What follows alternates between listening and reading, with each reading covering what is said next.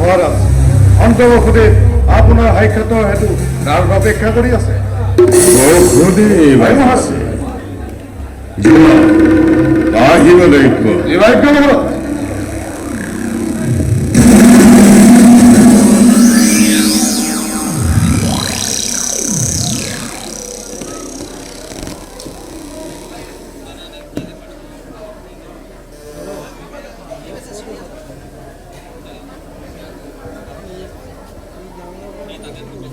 মহারাজ বৌখুদি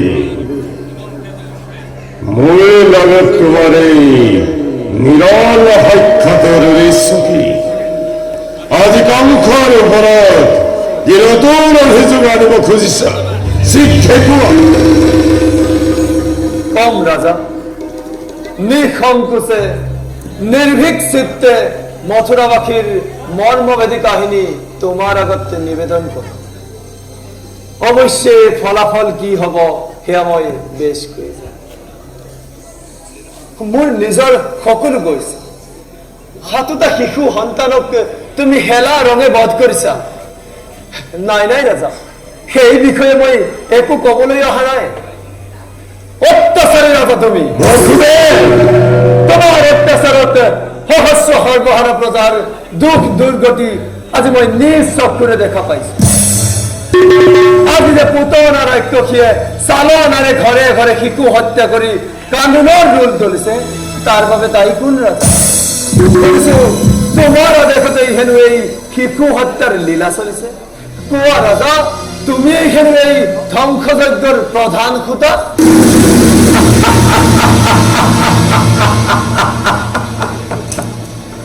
যদি হয় বুলি কওঁ তেন্তে কি কৰিবা? কি দেখিছ?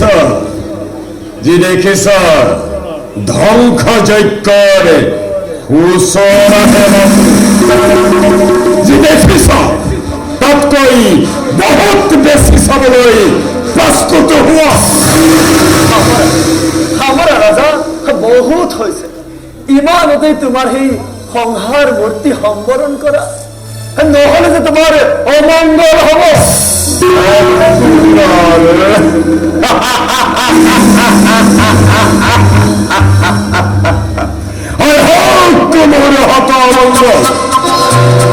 তাৰ বাবে কংস সদায় প্ৰস্তুত।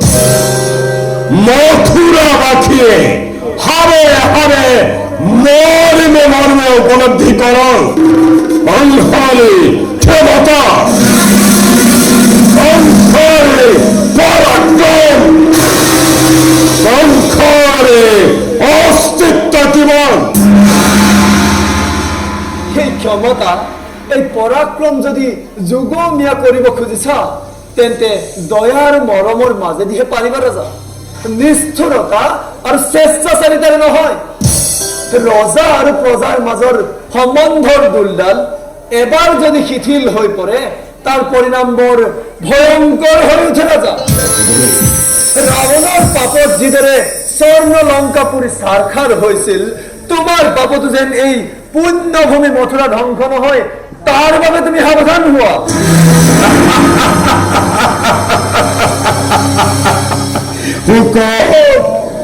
বেদ পঢ়াবলৈ আহিছা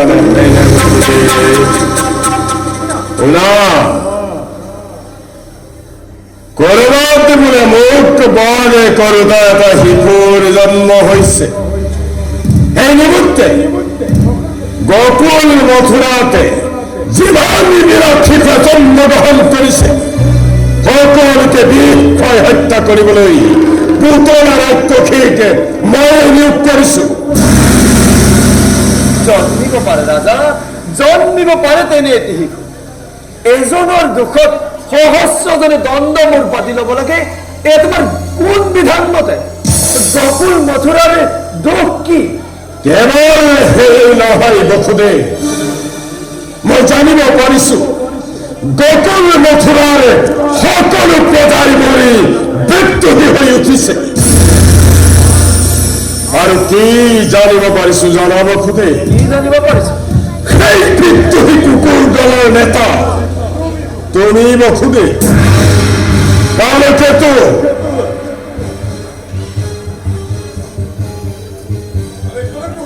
বসুদেৱক বন্দী কৰা।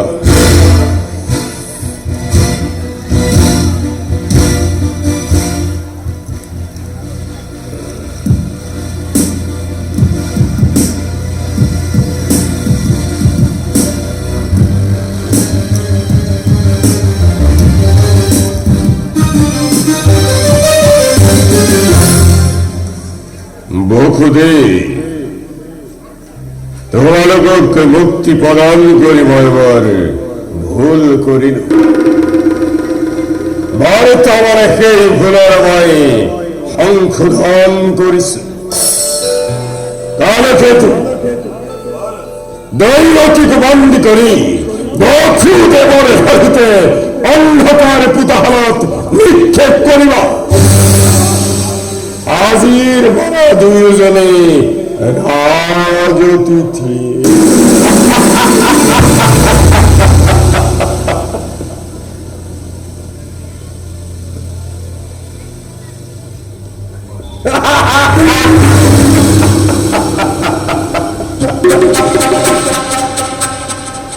কেনে বসুদেৱ? অৱস্থা চাই ব্যৱস্থা ভাল বুলিয়েইতো ক'ব লাগে, নহ'লেতো এই চন্দ্ৰহাখনৰ উৰ নপৰিব। জ্বলি উঠছে অত্যাচাৰ নাচাৰৰ দমগ্নি আৰু দপ দপ কৰি জ্বলি উঠছে। তেতিয়াহে দেশৰ মুক্তি ওচৰত। মোক লৈ গ'ল কালকেতু। লৈ যোৱা কালকেতু, ঘাটে পিঠি চিৰচিৰ কৰি দিয়া। লৈ যোৱা, লৈ যোৱা কালকেতু।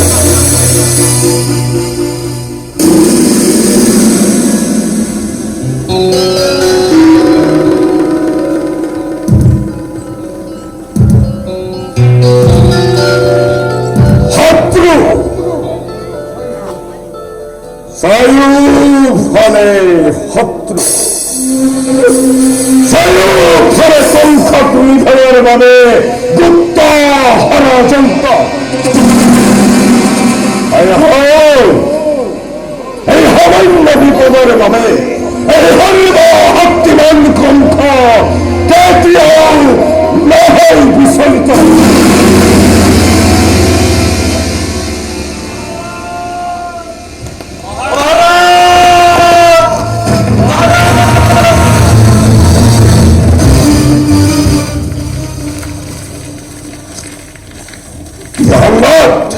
অতি ভীষণ সংবাদ মহোদয়। পুতনা ৰাক্ষসীয়ে অসংখ্য শিশু হত্যা কৰি গোকুলৰ নন্দৰ ঘৰলৈ গৈছিল। বীভৎসনত চেপি ধৰি বুকুত সমগ্ৰ বিশ্বৰ ভৰ দি যশোদানন্দনে পুতনাক বধ কৰিলে মহাৰাজ। যশোদানন্দনে পুতনাক বধ কৰিলে? শিশুৰ হাতত কংসৰ পৰাজয় অসম্ভৱ,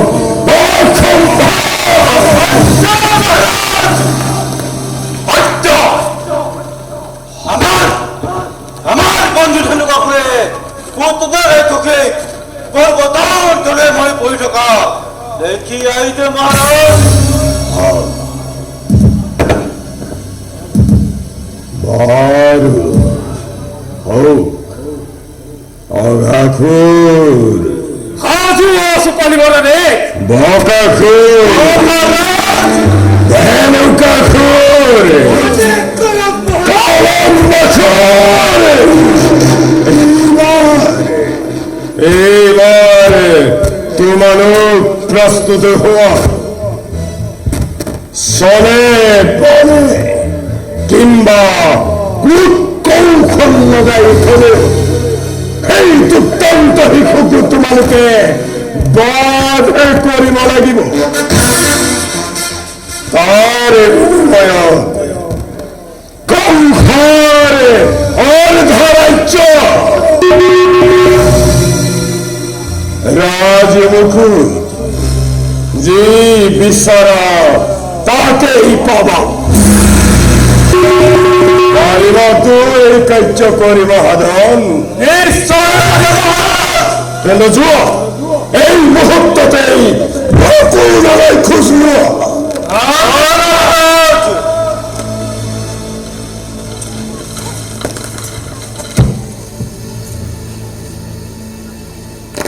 মহাৰাজৰ এক পালি যদি সেই দুৰ্দান্ত পাঠ কৰিব পাৰো তেন্তে মহাৰাজৰ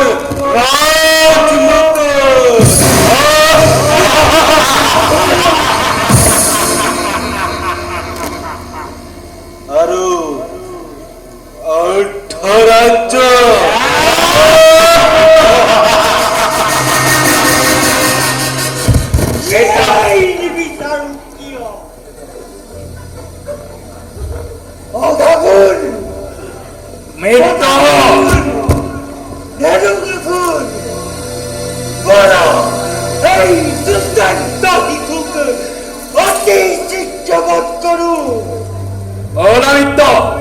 তেন্তে আমি নকৰো